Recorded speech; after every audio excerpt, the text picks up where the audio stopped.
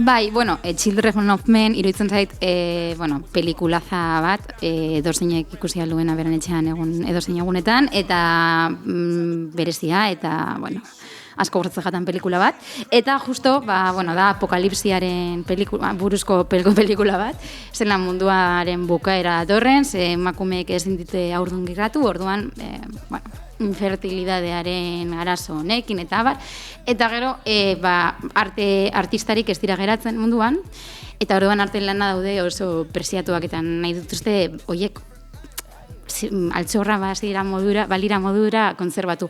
Eta, Pablo Picassoren Gernika agertzen da estena holan garrantzitsu batean, eta, dira beste arte lan batzuk bai, baina Gernika bereziki aipatuko nuke.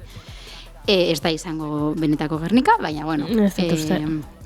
hori aipatzekoa, eta gero, Midnight in Parisen, garaiko Paris, 20.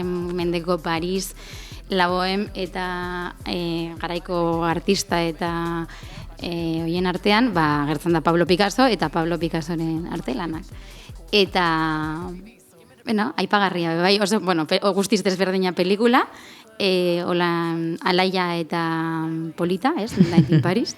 Indogu berba bateron baten. Bai, ipatizan dugu. Eta, hori, gertzen direla artelanak pelikula hontan. Baita kartela da artelan baten parte. Azkenean Van Goghen zeru estrella, izardunaren montai bat egiten du, ez? Eta Parisekin. Eta, hori, aipagarria dara.